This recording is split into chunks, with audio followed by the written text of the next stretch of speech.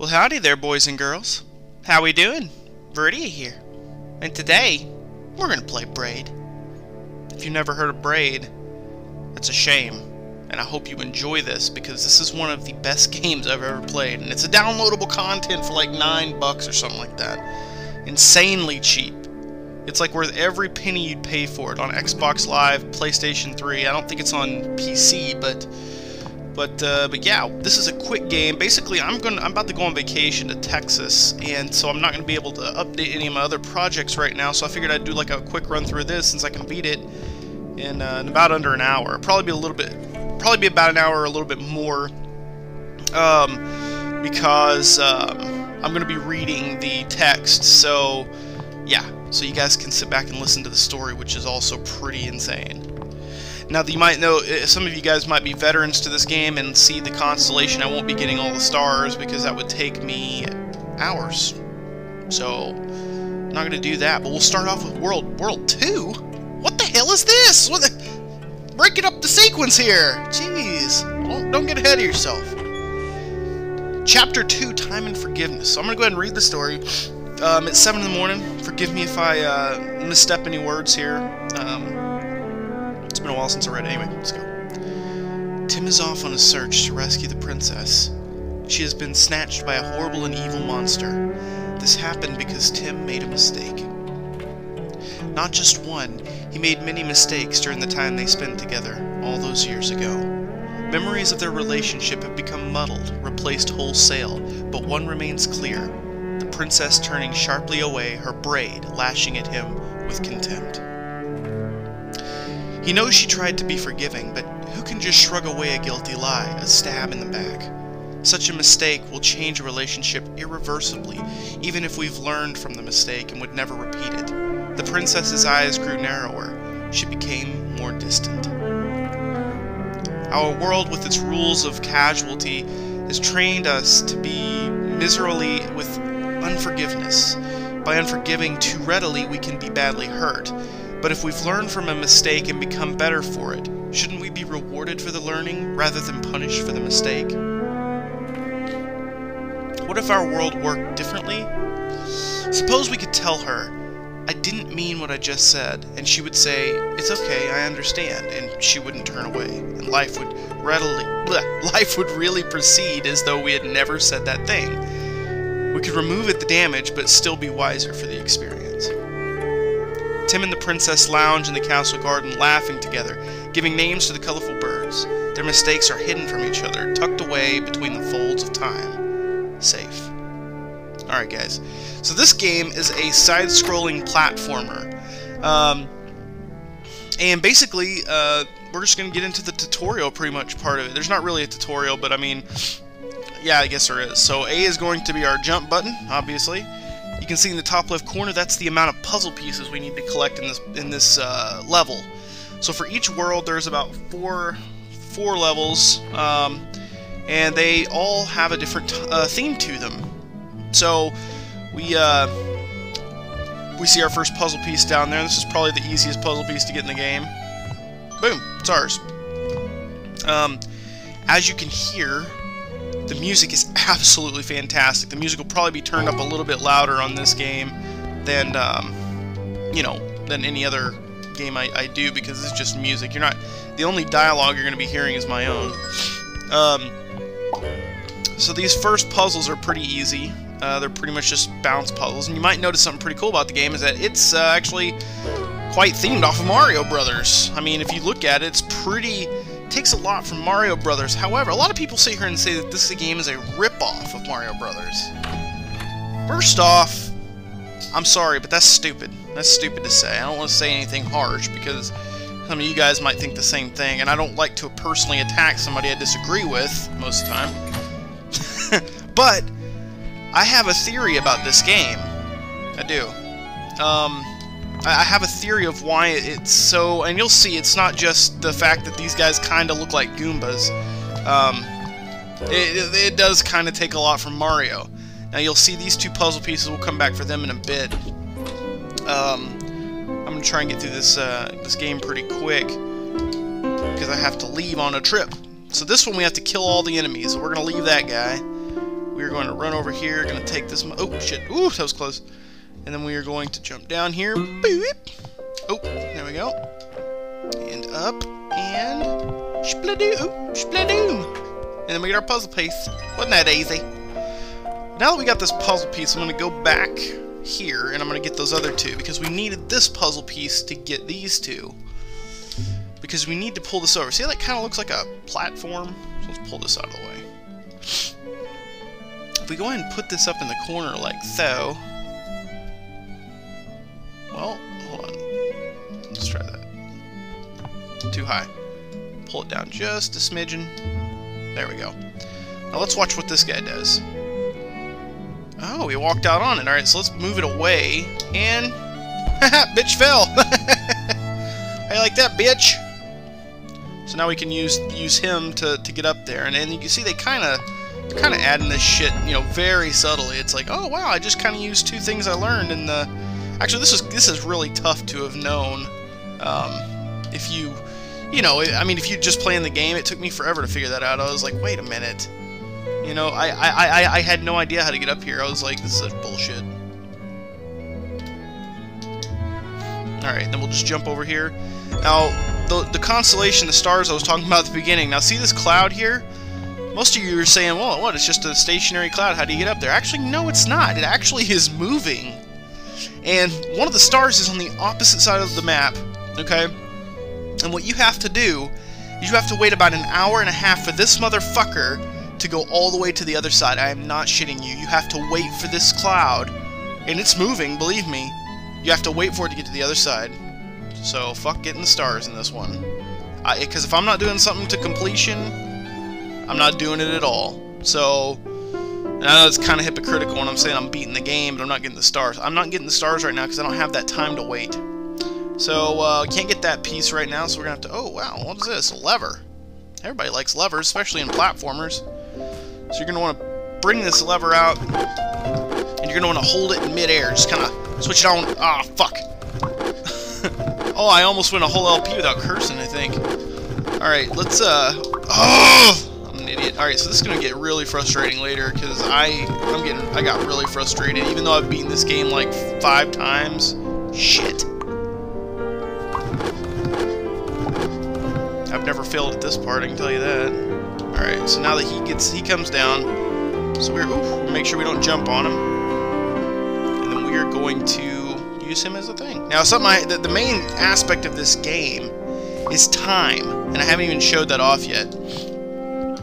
But I will come on! I will very, very shortly. Now this one, we're going to use the time, probably. So we can see that wick, we're going to have to jump. Yep, see, okay, so we died. And now, instead of dying, we actually just rewind time to before that happened. And we're good. Oops, see? So we're going to have to keep rewinding it until we can jump on his head perfectly. Which I'm normally fucking badass at. Oh, what the fuck? I jumped right on his head. It's retarded. I'm not gonna cut this out because I normally do it first try. And there, we'll do that, and... God damn it. Of course when I'm Let's Playing it, I can't fucking play the game. Oh my god! I'm watching the wick too, like that's the main thing. There we go. God dang. And the next one you're just gonna want to kind of, you can use your power like this to gauge like how to get over there. And then you can grab it like that. You saw I did that, so it's pretty easy. Now wait here, he's gonna fucking jump over your head. You're gonna want to climb all the way to the top as quick as you can. Run, hurry! Get in there. There you go. Now, I mean, like right here, look at this. This is Mario, right? Those are piranha plants. And then the green pipes, and then you got your bridge here, and oh, look, a castle with a flag, and then dinosaur comes out, and he says, I'm sorry, but the princess is in another castle. Sound familiar? So, a lot of people are, like, bitching, saying that this is, you know, Mario. No, come on, guys. It's not Mario. If you play the game, you realize something about this game, and it does. It really gives you an idea of what they're talking about, in my opinion. let's see. No, oh, I can't put a fucking puzzle together for sure. I suck at puzzles. Brittany was sitting here bitching at me the other day, just trying to fucking help me out, and I was like, no, no, leave me alone. I can do it. I can do it, woman. But yeah. So for every world, you get the puzzle pieces to make a picture, obviously. So that's what we are doing now. We're gonna make a picture, and we're gonna put it right together. But just listen to this music. I mean, God, this music could just put me to sleep every fucking day. What am I doing? What am I doing? Obviously, Brad, the arm doesn't go that way, you dumbass. It's up here. I hate puzzles. God dang it. So we start to put it together. We start to realize what it is. It's actually a table. It's on a bridge. It looked like a bridge at first. You know what the most frustrating thing about watching people put puzzles together is that you're seeing like put pieces the whole time, and you're just like, put it together, bitch. There we go. So it's a guy reaching for wine on a table, but look who's down below. He's got him a nice hot Fräulein down there. She's already fucking tipsy. She's got the wine to her lips. She's like, come here, baby, come here. And he can't grab the wine because she's like pulling on his dick. Alright, so moving on to World 3.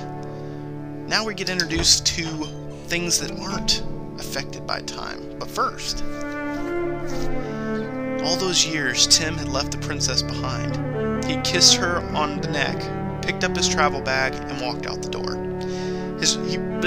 He regrets this to a degree. Now he's journeying to find her again, to show he knows how sad it was, but also to tell her how it was good. I guess the time they've spent apart. For a long time, he thought they had been cultivating the perfect relationship. He had been fiercely protective, reversing all of his mistakes, so they would not touch her. Likewise, keeping a tight rein on her own mistakes, she always pleased him.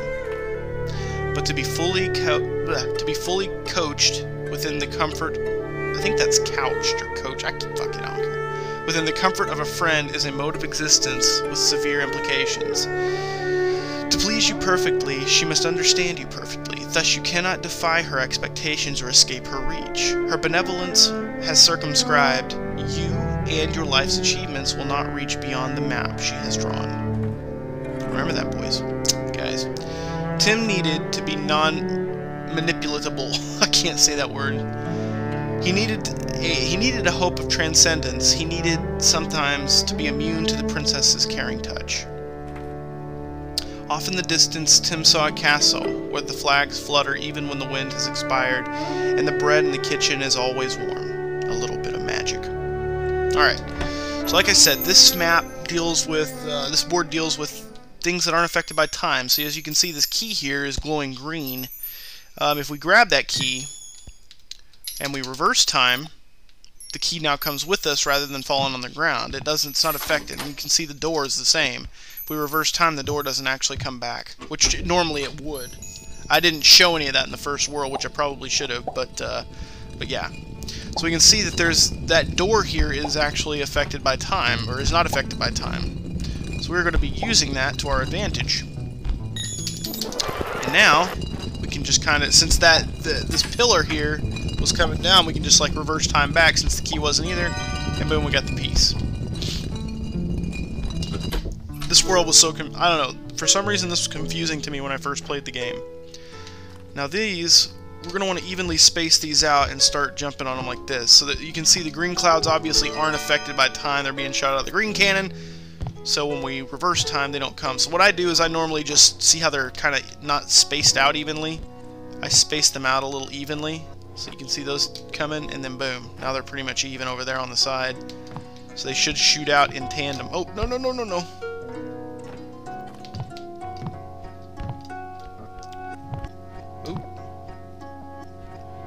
We're gonna do this again.